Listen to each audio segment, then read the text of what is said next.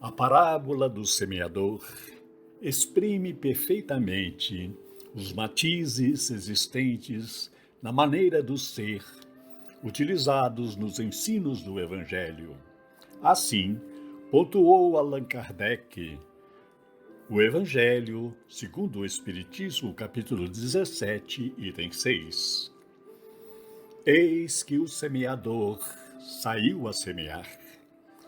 É uma expressão que encerra profundo magnetismo.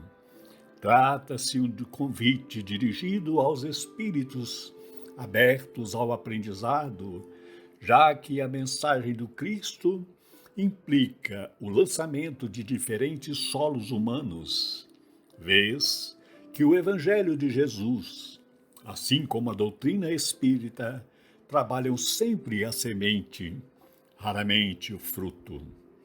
Na parábola do semeador, Jesus esclareceu a real situação dos solos onde são lançadas e podemos representar estágios de nossos padrões mentais e espirituais.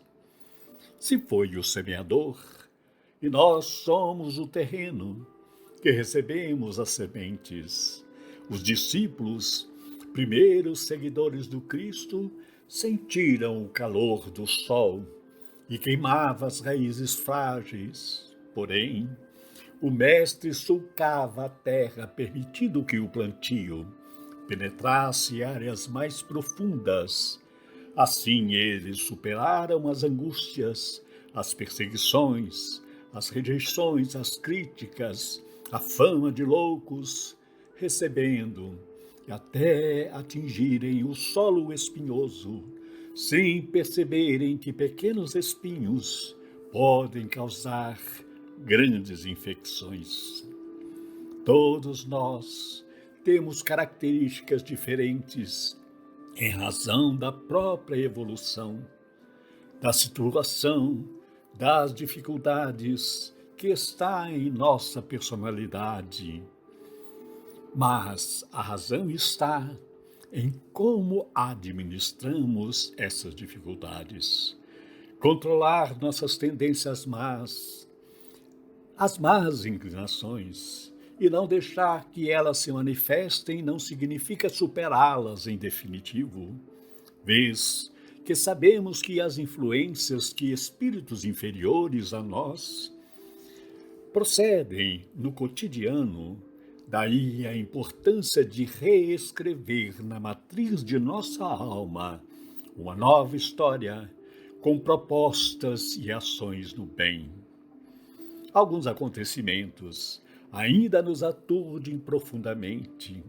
A perda de um ente querido, a insegurança da saúde física e mental, um ataque de violência, ficam represadas em nosso íntimo, nas águas pantanosas de uma vontade de fuga desordenada, rompem as barreiras até então razoavelmente controlada. Os aplausos humanos, o poder, a fama, o desejo incontido de ser compreendido prontamente. Desejávamos a felicidade caminhando por estradas bifurcadas, sem saber onde ir. Não paramos para pensar que a felicidade está plantada no solo fértil da simplicidade. O comércio das ofertas explode nas mídias, exacerbando nossos desejos de consumo de tantas coisas que existem, as quais podemos viver sem tê-las. Desde sempre, vivemos dentro de uma sociedade ou comunidade de contrastes.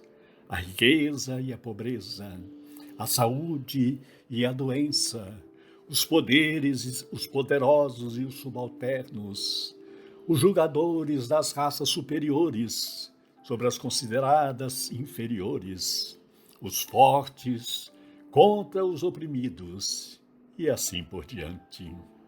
Mas com Jesus, o Espiritismo nos ensina, nos clareia para os tempos de nossa modernidade.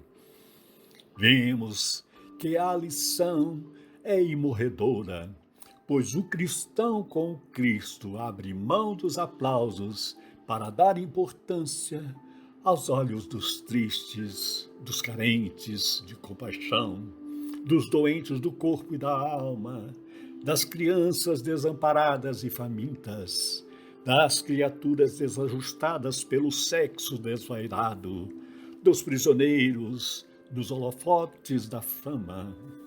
Pelos seus feitos, o Messias poderia ser declamado rei, apesar de afirmar ao poder romano que de fato era rei, mas que o seu reinado não era desse mundo. Quem poderia entender o seu comportamento diante de uma autoridade que poderia de fato e o condenou à morte?